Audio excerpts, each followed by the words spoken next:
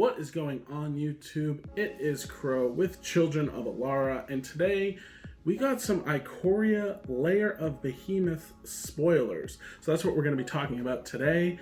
And let's just jump right into it. Let's not think about it. Let's just jump right in. I've got my phone on me, so we're going to be looking these up. No particular order whatsoever. I'm just going to kind of go through it. Alright, this is the first time I've even looked at these, so I'm going to be as surprised as you guys are if this is the first time that you're hearing about them as well. So let's start off with Ikoria the Macro Sage. Alright, it'll be showing up right here. It's a dinosaur hippo. It has legendary creature. It's 3 colorless, and then Simic hybrid, so either a green or a blue. So 2 of those, plus 3 colorless. And it has Companion, which I think is a new mechanic in the game of Magic. Your starting deck contains only cards with converted mana cost 3 or greater, and land cards. What? When Ikoria the Macro Sage enters the battlefield, draw a card for each other permanent you control with converted mana cost 3 or greater. Okay. So, wow. Alright, so what? Interesting. Yeah, I mean, this card can potentially be really good if, you know, you want like kind of like a faster build. Obviously, a lot of these cards are geared towards standard play, like limited play. But also kind of big in the world of Commander as well. A lot of these cards are definitely going to shake up the meta.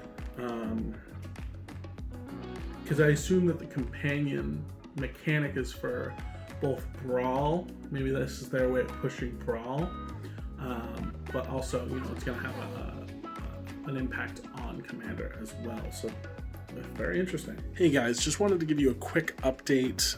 The Companion mechanic, from what I've heard, it actually allows you to have 101 cards in your starting deck. From videos that I've seen from much more reputable YouTube sources than Children of Alara, so I figured I'd, you know, keep you guys updated on that as well. So that's really cool.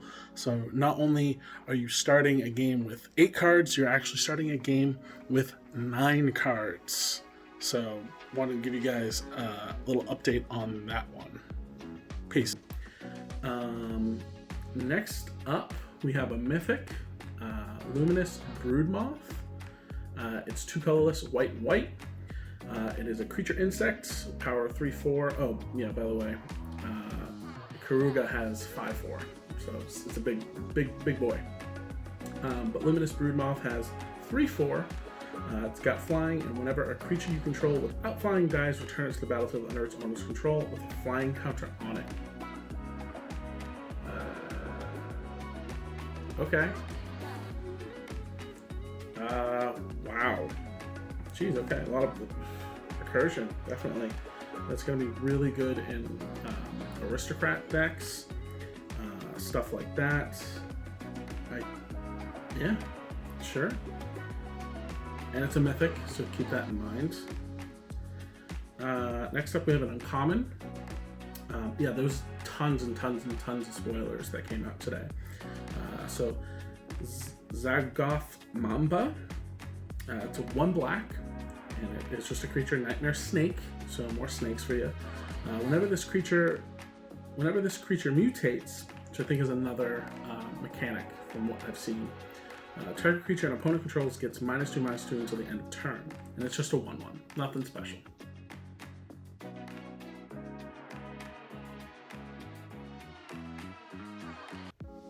All right. Now we have a common, fully grown. It is 2 colorless and a green. For an instant, target gets +3/+3 until end of turn. Put a trample counter on it.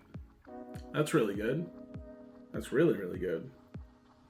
That can come out of nowhere. All right. Next up, Drannith Stinger. It's a 1 and a red. For creature, human wizard. It's a 2/2.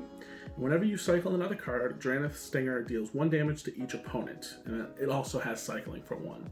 So again, they're kind of bringing back cycling, which is great for, you know, kind of the people who liked that. Okay, this one I'm personally interested in just because I saw the artwork and I was like, pause. What is this? Vadrock, Apex of Thunder. It's Jeskai, so blue, red, white. It's a legendary creature, elemental, dinosaur cat. Okay, so this is our first instance of mutate, at least here on the list. Mutate 1, white, blue, red, red. So 1 colorless, hybrid Azorius, so white or blue, and then 2 reds.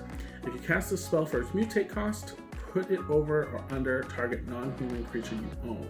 They mutate into the creature on top, plus all abilities from under it. Oh wow, so I can get both abilities from, so you can have like, so to kind of go back to Baerthe Stinger, right?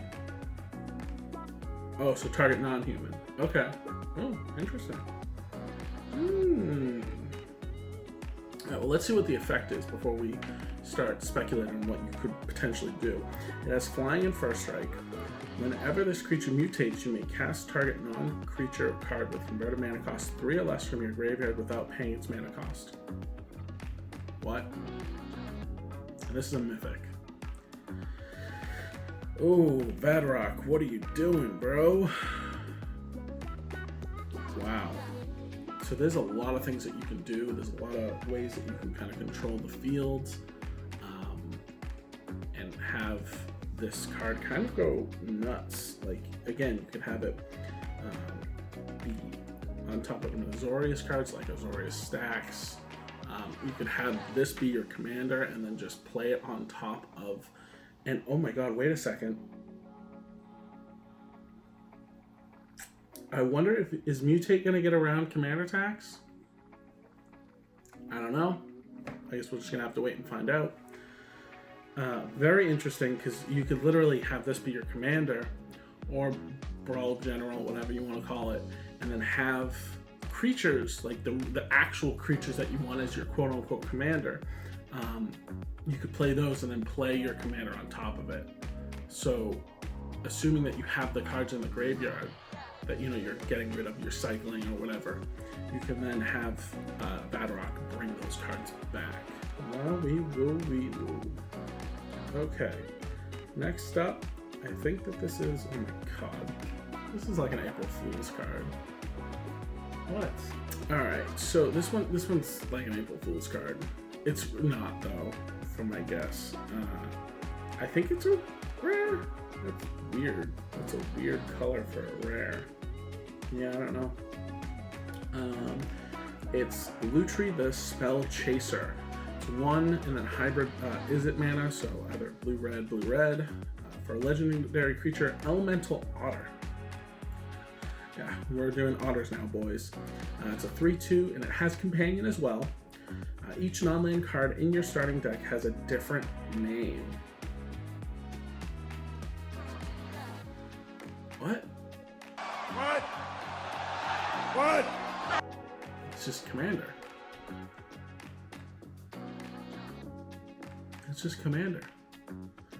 All right, well, and here, let me read the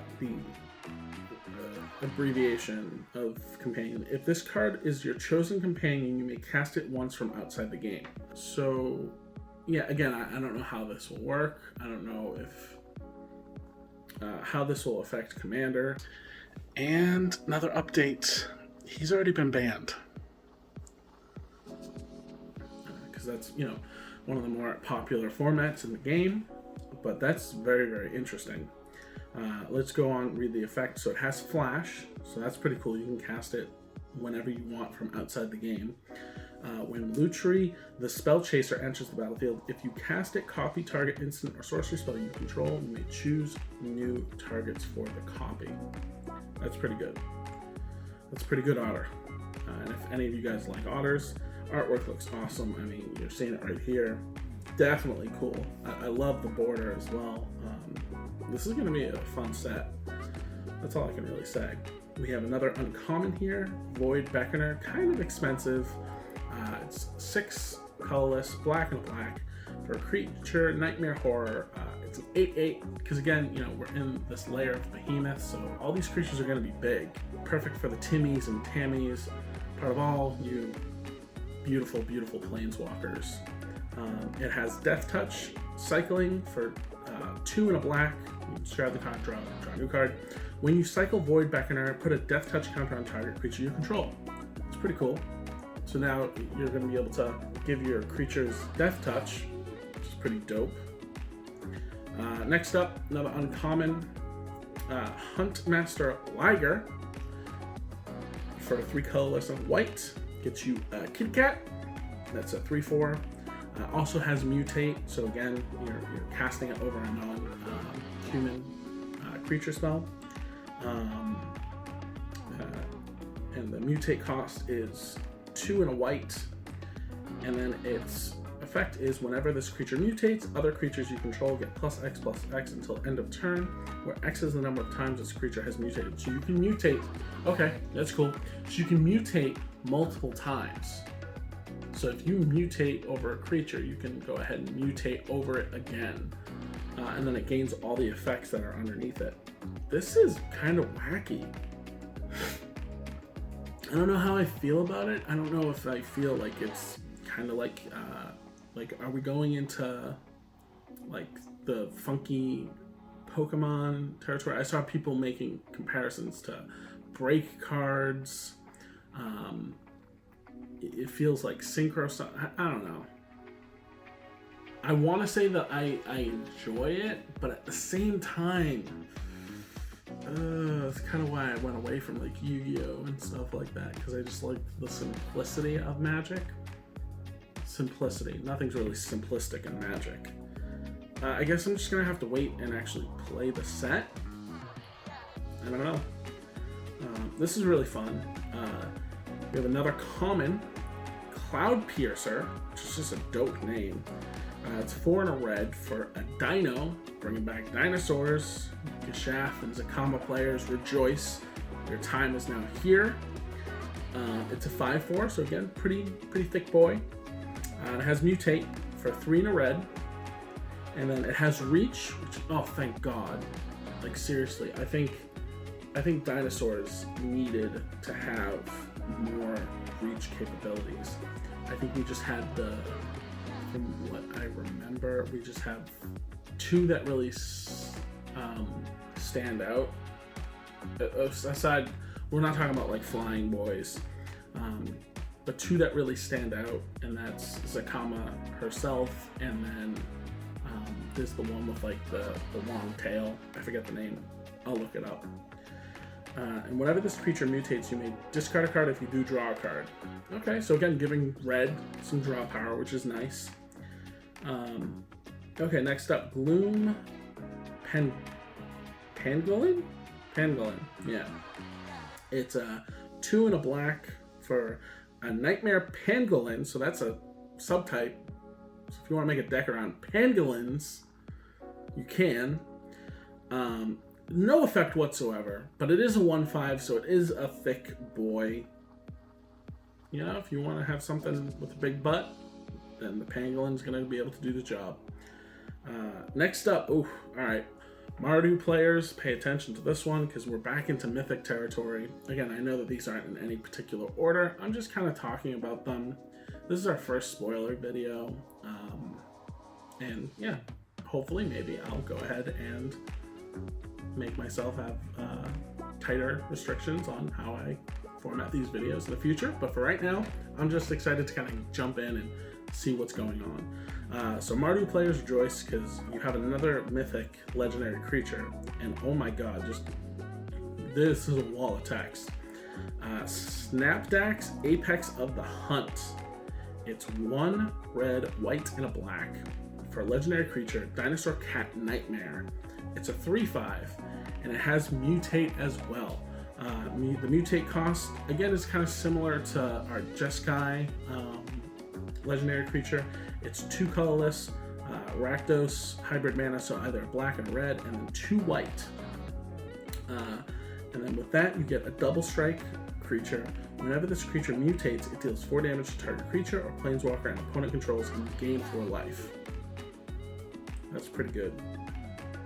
If you have a deck that can mutate quickly, I mean, obviously you kind of, I don't know, unless if there's like a creature that's incredibly, disgustingly, like big, I don't know, dude, where are they gonna take this set? All right, and from Mythic territory back down to Uncommon, we have Poliwag Symbiote. It is 1 and a blue, it's a frog. It's a 1/3, and each creature spell you cast costs 1 less to cast if it has mutate. That's not bad. So pretty much a lot of those decks, you're potentially mutating for only like 1 more, or at the same cost, which is nuts. Obviously you have to be in blue, but hey. Whenever you cast a creature spell, if it has mutate, draw a card, then discard a card. Again, for blue players, not bad. This one's really interesting. I kind of snuck a peek at this, but you know, we'll just have to wait and see. Gyruda, Doom of Depths. It's cost 4, and then 2 Dimir hybrid, so blue, black, and 2 of those. For a legendary creature, Demon Kraken. Yeah, you heard that right, Demon Kraken. It's a rare, and it's a 6/6, and it has Companion. Your starting deck contains only cards with even converted mana cost. Well, what does that mean? If it's your companion, then guess what? Cards like Void Winnower pretty much shut down that entire deck. You know, you can't even literally play your commander. There's nothing that you can do. If you're facing against an Eldrazi player and they get that on their own field, you literally have to hope that another opponent of yours will show mercy and kill the Void Winnower for you so that you can go ahead and start kind of working your way back up. But again, there's a lot of excellent cards that are both in blue and black that are even. What is it? Omniscience, it's 10, so if you want to cast that. Just a bunch of cards. I'll probably look them all up and put some notable mentions, honorable mentions over here on the side. So that's really cool. Very interesting.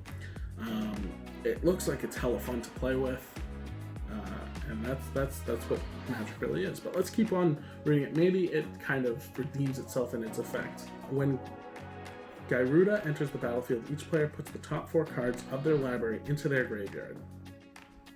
Each player put a creature card with even converted mana cost from among those cards onto the battlefield under your control.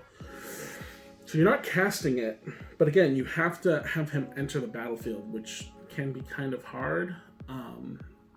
But if you can potentially flash him out and constantly just bring him back and stuff like that, that could be problematic. Next up is another rare legendary creature again.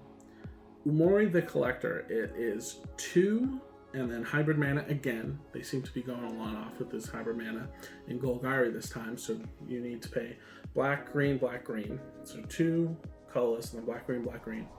That gets you legendary creature Ooze, and it's a 4/5, which also has Companion. And then each non-land card type in your starting deck shares a card type. What?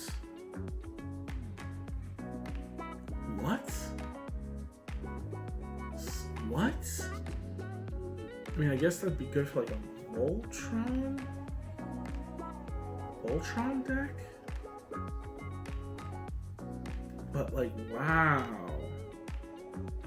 I'd be interested to see if anyone could make this work. But again, let's go ahead.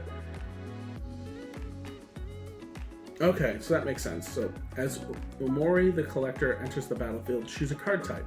Spells you cast of the chosen type cost 1 less to cast.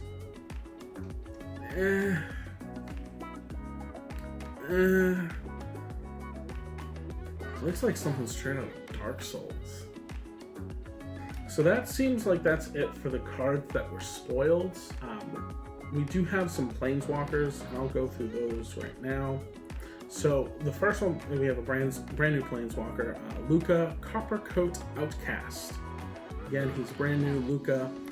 He costs 3 red. He's a legendary planeswalker. Luca comes in with 5 loyalty, and he has 3 effects. His +1 is exile the top 3 cards of your library. Creature cards exile this way gain. You may cast this card from exile as long as you control a Luca planeswalker, so specifically a Luca planeswalker. His -2 ability is exile target creature you control, then reveal cards from the top of your library until you reveal a creature card with higher converted mana cost. Put that card onto the battlefield and the rest at the bottom of your library in random order. Now keep in mind, oh no. So I guess that second one doesn't gain the, you may cast this card, but the first ones do. But still, that's really good for, like, him coming out on the field, and then if you have something that you've ramped up to, that could be potentially really dangerous, because you don't know. We're literally dealing with the Lair of Behemoths here. Alright. And his -7, which is definitely just going to kill everyone, like, hands down. Each creature you control deals damage equal to its power to each opponent. That's it. That's game. Thanks for playing. Come again. And then we also have Vivian. Vivian is back. She is 3 colorless, green and a green. A legendary planeswalker, Vivian. She comes in with only 3 loyalty, so she must do absolutely insane things. And again, I don't know if I went through it, but Luca Coppercoat Outcast. It looks like he's more of like a hunter, and it looks like Vivian's taking the side of the big monsters. So it looks like Luca and her are gonna clash. I guess we're just gonna have to wait and see. But in terms of Vivian's effects, she has a static ability, which is nice. You may look at the top card of your library at any time. You may cast creature spells from the top of your library. Not bad. It'd be better if they had flash, but what can you do? Not much. In terms of her abilities, she has a +1, create a 3/3 green beast creature token, put your choice of a vigilance counter, a reach counter, or a trample counter on it. So that's nice. Interesting. You can kind of be versatile however much you want. And then she has a -2. When you cast your next creature spell this turn, search your library for a creature card with lesser converted mana cost, put it onto the battlefield, and shuffle your library. That's pretty dope. So again, you can just kind of dump everything on the field. But just be careful with that, because obviously creatures die to removal, and you don't want to be left kind of with your pants halfway down. Alright, so next up, we have the Commander Precon commanders, which, you know what? Listen, kind of a commander player myself, so this is pretty cool news. Again, we have 1, 2, 3, 4, 5. We got all 5 here. So these are who you're going to be playing with. Again, if any of these entice you, kind of spark a flame that makes you want to create a deck, then listen up, buckaroo. First one we have is Jirina Kudrow. It's 1 red, white, black, so Mardu.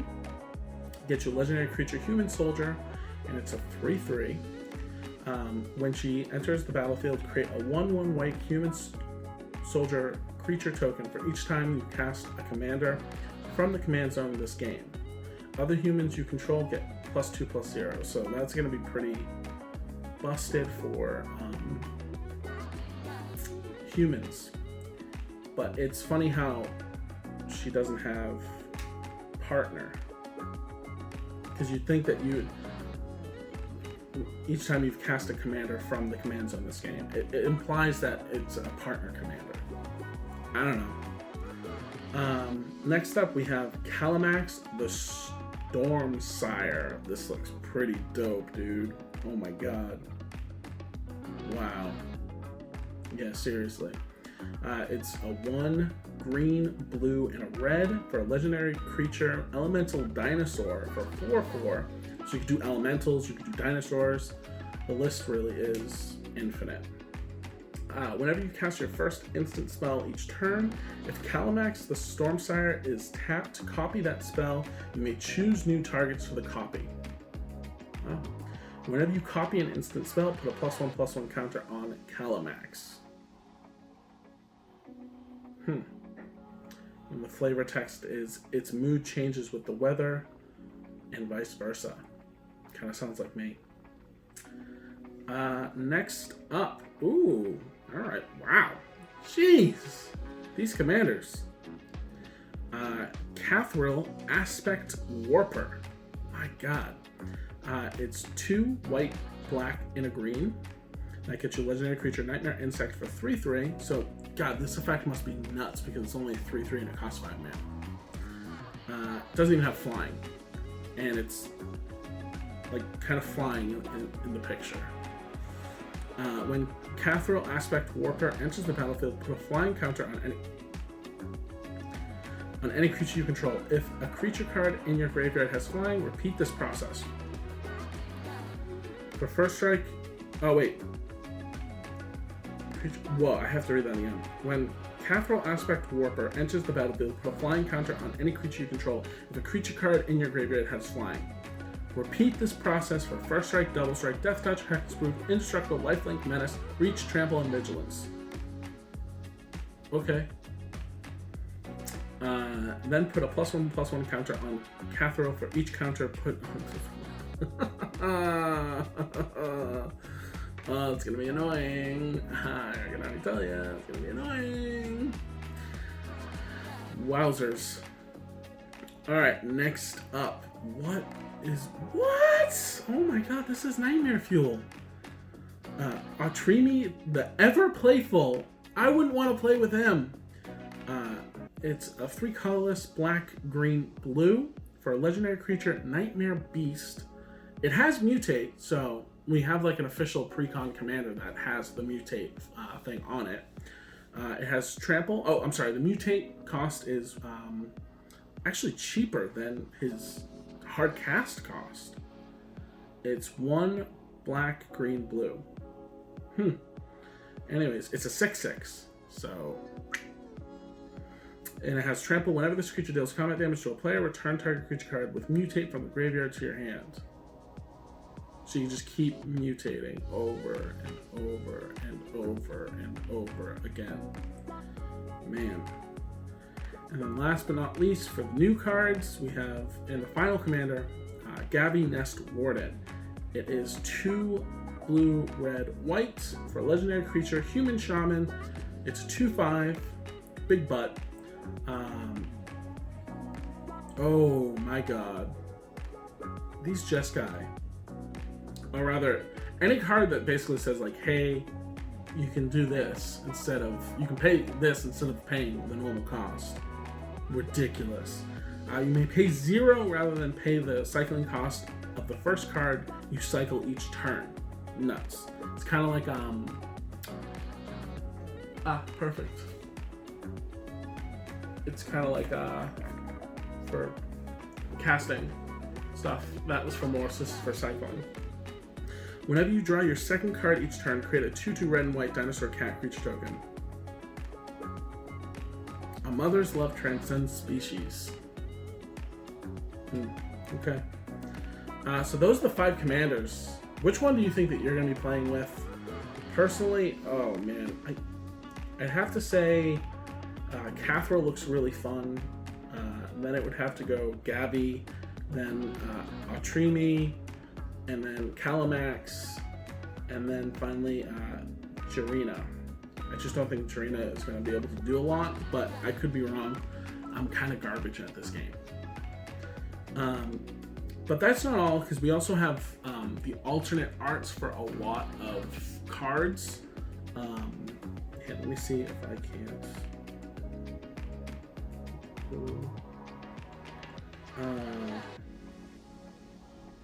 Yeah, so these are going to be like the showcases of a lot of the cards that we talked about today. There's also Titanoth Rex, which is just an uncommon. It's a 7 colorless, green, has trample, and also has cycling for 1 and a green, and then when you cycle to the next Rex, put a trample counter on target creature you control, and it's an 11/11. The reason why I brought that up so late is because it'll make sense in just a little bit. I'm just checking to see if I did in fact get everything. Oh wait, did I get this one? I don't think I got this one. Okay. Yeah, so there are alternate arts. I don't know if this is like a buy a box. It kind of looks buy a box-ish compared to like what we've seen so far. Illuna, Apex of Wishes. So it is cost 2 green, blue, red. Legendary creature, Beast Elemental Dinosaur for a 6/6. Has mutate for 3 Gruul hybrid mana, so red and a green, and then blue for flying trample. Whenever this creature mutates, exile cards from the top of your library until you exile a non-land permanent card. Put that card onto the battlefield or into your hand. Yeah, that's pretty good. And as you can see, it kind of has like an extended frame, kind of trippy. Obviously, they're going to be coming out with the collector's boosters once again, so that is that. But we have a few showcase / alternate versions of cards, and WotC has done something very interesting this time around, and they've actually gone ahead and made it so that kind of like Kaiju's, Godzilla mainly, is actually incorporated in the world of Magic.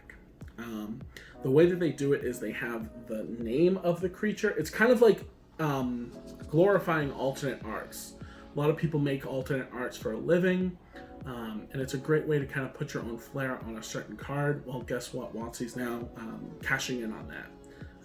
They've kind of paid attention to how much people are willing to pay for beautiful altars, and they're professionally doing it with the help of the people who make Godzilla and stuff like that, whoever that may be, because I don't really know. I don't follow Godzilla that much. So first off is Godzilla, King of the Monsters.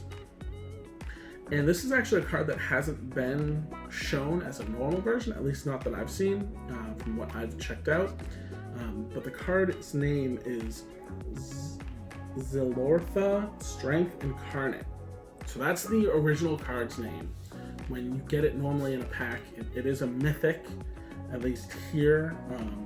It looks like they're all just mythics. Oh no, I see some uncommons. Never mind, I see some uncommons. So it is a mythic. It's 3 red, green. For legendary creature dinosaur, it has trample. And then its effect, it is a 7/3, so it has a small butt, but powerful. Lethal damage dealt to creatures you control is determined by their power rather than their toughness. So you have to kill its power? Yeah, you have to kill its power. Okay, that's interesting. That's good for like Gashaf, who I think is a 7/6. So you get that 1 extra point of damage. Next up, the Luminous Broodmoth, the one that we talked about before, is Mothra, Supersonic Queen. You all know Mothra. Okay, here we go. So Ghidorah, King of the Cosmos, is actually the Godzilla variant of Illuma, Apex of Wishes. So that's interesting. And then we have box topper variants, like the showcase variants of Luca, Coppercoat Outcast. And then we do not have a Vivian just yet. We'll probably see it in the near future. Next up is Space Godzilla Void Invader. And that is the alternate version of Void Beckoner. So that's 6-drop, 2/2. 6, but rather the 8-drop 8/8 with Death Touch. So that's interesting. Looks beautiful. And we have like a showcase variant, might be like an FNM promo variant of Huntmaster Liger, the one it gives, when it mutates, it gives plus X, and that's how many times you've mutated. Then we have another showcase variant of Badrock, Apex of Thunder, which is the one that I'm interested in. And then we have Godzilla Primeval Champion, which is the Godzilla variant of Titanoth Rex. Again, it's that 1111 for E9. And then we have Baby Godzilla, Ruin Reborn, and that is the what was his name? Poliwag symbiote. I almost called it Poliwag. Same Pokemon.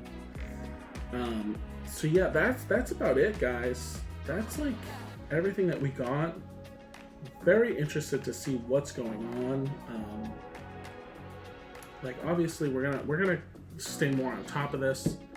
And we're gonna kind of see what else Ikoria really has in store for us.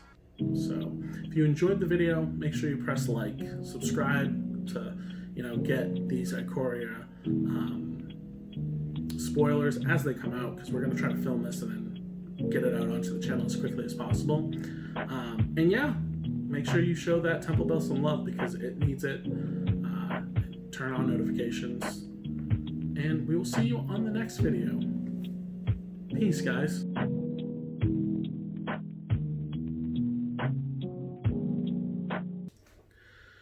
All right. Next. Oh my God, shut up. God. All right, next up, Umori. All right, I'm just gonna wait.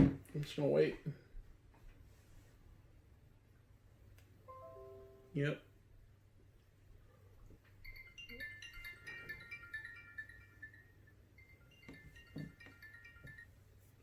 Hello.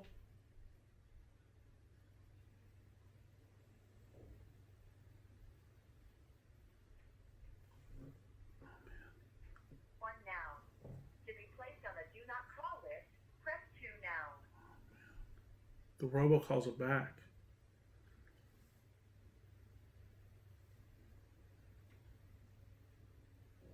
Customers. Oh, they hung up. Robocalls are back.